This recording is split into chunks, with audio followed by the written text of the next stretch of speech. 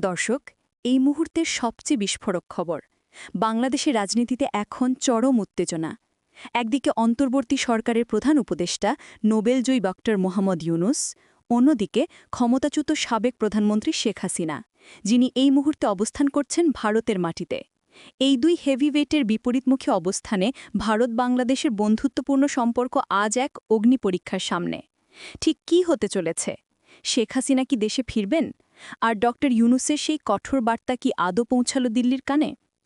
সাম্প্রতিক মাসগুলোতে বাংলাদেশের রাজনৈতিক অঙ্গনে যা ঘটেছে তা শুধু দেশের ইতিহাসেই নয়, আন্তর্জাতিক রাজনীতিতেও তৈরি করেছে এক গভীর আলোড়ন।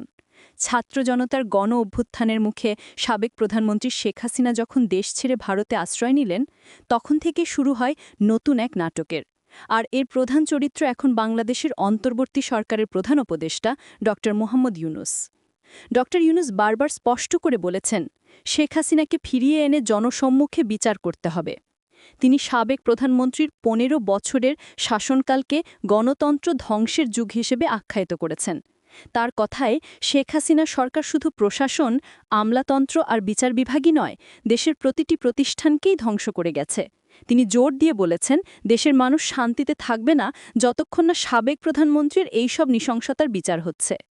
কিন্তু প্রশ্ন হল, শেখ হাসিনাকে দেশে ফেরানোর এই দাবি কি এত সহজ? এ নিয়েই এখন চরম অস্বস্তি তৈরি হয়েছে ভারত বাংলাদেশের দ্বিপাক্ষিক সম্পর্কে। অবিশ্বাস্য কিন্তু সত্য, বাংলাদেশের আন্তর্জাতিক অপরাধ ট্রাইব্যুনাল সম্প্রতি শেখ হাসিনাকে মানবতাবিরোধী অপরাধের দায়ে মৃত্যুদণ্ড দিয়েছে। এত বড় একটা রায়ের পরও সাবেক প্রধানমন্ত্রী ভারতেই রয়েছেন। এ পরিস্থিতিতে ডক্টর ইউনুস সরাসরি ভারতের ভূমিকাকে অবন্ধুত্বপূর্ণ বলে অভিহিত করেছেন। তিনি বলেছেন, ভারত যদি হাসিনাকে আশ্রয় দেয় তবে তাকে চুপ থাকতে হবে। ভারতে বসে তিনি বাংলাদেশের অভ্যন্তরীণ বিষয়ে যে রাজনৈতিক বক্তব্য দিচ্ছেন তা কোনোভাবেই মেনে নেওয়া যায় না। ডক্টর ইউনুসের কথায় আরও উঠে এসেছে গভীর উদ্বেগ। তিনি ইঙ্গিত দিয়েছেন, ভারতের আশা হয়তো এই যে শেখ হাসিনা একদিন বিজয়ীর বেশে বাংলাদেশে ফিরবেন এবং তাকে ক্ষমতায় বসানোর চেষ্টা চলছে। তিনি সরাসরি ভারতের প্রধানমন্ত্রী নরেন্দ্র মোদীর সঙ্গে এই বিষয়ে কথা বলেছেন এবং তাকে অনুরোধ করেছেন, হাসিনাকে যদি ভারতেই রাখা হয় তবে যেন তিনি বাংলাদেশের বিষয়ে কোনো কথা না বলেন। কিন্তু মোদী সামাজিক যোগাযোগ নিয়ন্ত্রণের অক্ষমতা প্রকাশ করেছেন।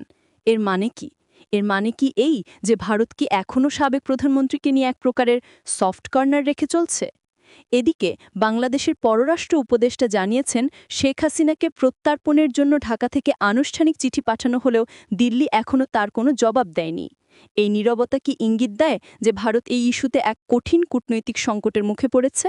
তারা কি বাংলাদেশের জনগণের আকাঙ্ক্ষা এবং নতুন সরকারের দাবিকে গুরুত্ব দেবে, নাকি পুরনো বন্ধুত্বের সম্পর্কের খাতিরে সাবেক প্রধানমন্ত্রীকে রক্ষা করার চেষ্টা করবে? রাজনৈতিক পর্যবেক্ষকরা মনে করছেন, এই ইস্যুতে ভারত সরকারের চূড়ান্ত পদক্ষেপে বলে দেবে দুই দেশের ভবিষ্যৎ সম্পর্ক কোন দিকে মোড় নেবে। জনগণের প্রত্যাশা, ন্যায় বিচার নিশ্চিত হবে। কিন্তু কূটনৈতিক চাপ, আন্তর্জাতিক সম্পর্ক এবং অভ্যন্তরীণ রাজনীতির এই কঠিন খেলায় শেষ হাসি কে হাসবে তা জানতে আমাদের চোখ রাখতে হবে আগামী দিনের পরিস্থিতির উপর। দর্শক, পরিস্থিতি অত্যন্ত জটিল। একদিকে বিচারের দাবি, অন্যদিকে কূটনৈতিক বাধ্যবাধকতা। শেখ হাসিনার প্রত্যাবর্তন কি শুধু একটি আইনি প্রক্রিয়া, নাকি তা ঢাকা এবং দিল্লির মধ্যে চরম উত্তেজনার এক নতুন অধ্যায়? সময়ই দেবে এর চূড়ান্ত জবাব। আমাদের সাথেই থাকুন, কারণ এই খেলার প্রতিটি মোড়ই এখন অত্যন্ত